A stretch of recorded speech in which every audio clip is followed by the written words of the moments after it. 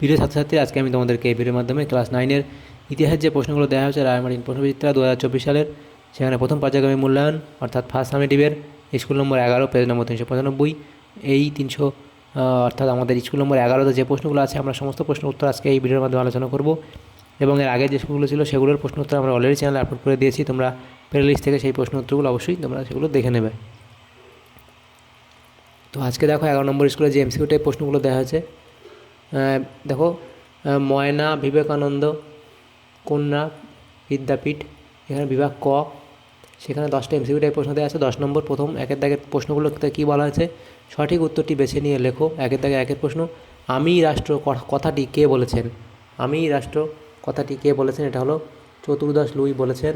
দ্বিতীয় প্রশ্ন ছিল কি, প্রাক বিপ্লব পর্বে ফ্রান্সের গির্জা ছিল রাজ শাসিত? অপশান বি সঠিক উত্তর হবে। তারপর প্রশ্ন ছিল, বিপ্লব পূর্ব ফ্রান্সে প্রচলিত শ্রম কর হলো কর ভি? Option D. তারপরে ছিল, ফ্রান্সে কনসুলের শাসন ব্যবস্থায় একজন কনসালের কার্যকালের মেয়াদ ছিল 10 বছর, অর্থাৎ অপশান বি হবে তোমাদের এখানে সঠিক উত্তর। তারপরে প্রশ্ন ছিল, ফ্রান্সে প্রথম গণতান্ত্রিক লিখিত সংবিধান রচিত হয় দীর্ঘ 2 বছরের চেষ্টায়। তারপরে প্রশ্ন ছিল কি, নেপোলিয়নের গ্র্যান্ড আর্মি ধ্বংস হয় রাশিয়া অভিযান? অপশান ডি হবে সঠিক উত্তর। নেক্সট প্রশ্ন ছিল, ওয়াটারলুর যুদ্ধ হয় 1815 খ্রিস্টাব্দে? Option B. তারপর প্রশ্ন ছিল কি, নেপোলিয়ন বিরোধী জুন্টা বাহিনী গঠিত হয়? নেপোলিয়ন বিরোধী জুন্টা বাহিনী গঠিত হয় স্পেনে? Option C. তারপর ছিল প্রশ্ন কি, নেপোলিয়নের প্রথম নির্বাসন হয় এলবা দ্বীপে? অপশান সি হবে সঠিক উত্তর। তারপরে প্রশ্ন ছিল, কিংডম অফ ওয়েস্টফেলিয়া গঠিত হয়? কিংডম অফ ওয়েস্টফেলিয়া গঠিত হয় 1807 খ্রিস্টাব্দে। তাহলে এখানে যে এমসিকিউটা প্রশ্নগুলো ছিল প্রত্যেকটা প্রশ্ন উত্তর আমরা করে নিলাম 10টা।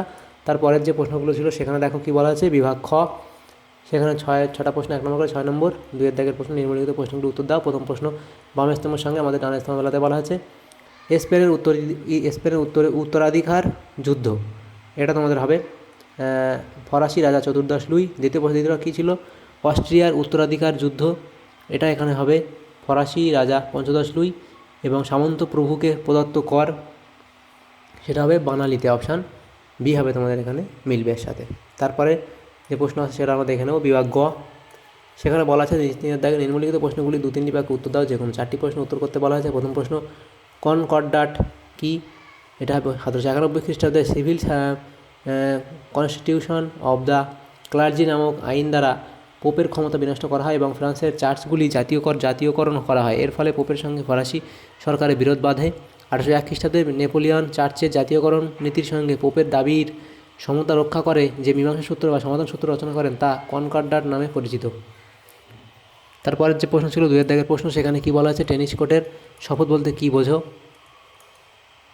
তো এখানে লিখবে 1790 খ্রিস্টাব্দে 20 জুন তৃতীয় সম্প্রদায়ের প্রতিনিধিরা স্টেটস জেনারেলের অধিবেশনে তাদের জন্য নির্দিষ্ট সভাকক্ষে প্রবেশ করতে গিয়ে দেখেন সেটি তালাবন্ধ আছে।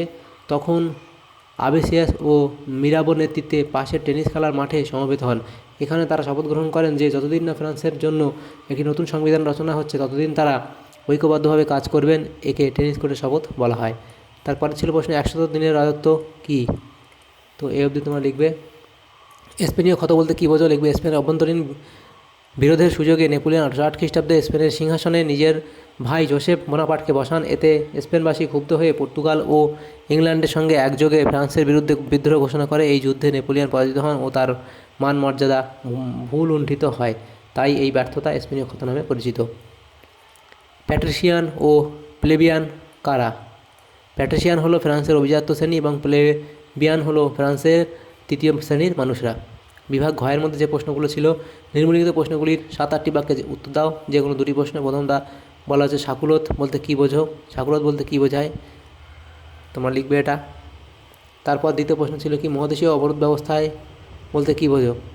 মহাদেশীয় অবরোধ বলে পয়েন্ট করবে, সেখানে লিখে মহাদেশীয় ব্যবস্থার বাস্তবায়ন, যে Berlin decree, orders in council, Milan decree, Warsaw decree, এগুলো লিখে দেবে। তারপর তৃতীয় প্রশ্ন ছিল, বিপ্লবের প্রাককালে ফ্রান্সে বৈষম্যমূলক কর ব্যবস্থা সম্পর্কে কী জানো?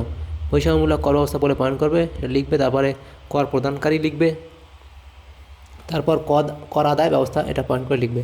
বিভাগ ওয়ার মধ্যে ছিল 5 দাগের প্রশ্ন। নিচের প্রশ্নের 15টি বাক্যে উত্তর দাও। যে কোনো একটি।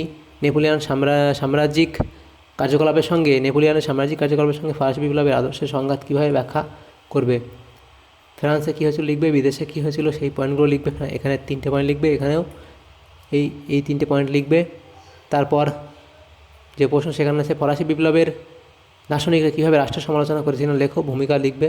তারপর দার্শনিকদের ভূমিকা মন্তেস্কু, ভলতেয়ার, রুশো, দিদেরো ও এলেম্বার্ট এনাদের যে সেগুলো লিখবে এবং ফিজিওক্রাস্টের পয়েন্ট করে লিখবে। তারপর শেষে লিখবে দার্শনিকদের ভূমিকার মূল্যায়ন এবং পক্ষে যুক্তি দেবে, বিপক্ষে যুক্তি লিখবে। শেষে এরা পরের লাইন লিখবে মন্তব্য। এই অবধি লিখে দেবে, তাহলে প্রশ্ন উত্তর তোমাদের হয়ে যাবে। তাহলে দেখো আমাদের 11 নম্বর স্কুলে যে প্রশ্নগুলো ছিল ক্লাস 9-এর ইতিহাসের, তো সেই প্রশ্নগুলো আমরা আলোচনা করলাম। তো যদি তোমাদের সামনেতম উপকার এসে থাকে ভিডিওটা অবশ্যই লাইক করবে, আর চ্যানেল নতুন থাকলে অবশ্যই চ্যানেলটাকে সাবস্ক্রাইব করবে পরবর্তী স্কুলে প্রশ্ন উত্তরগুলো পাওয়ার জন্য। Thank you, thanks for watching.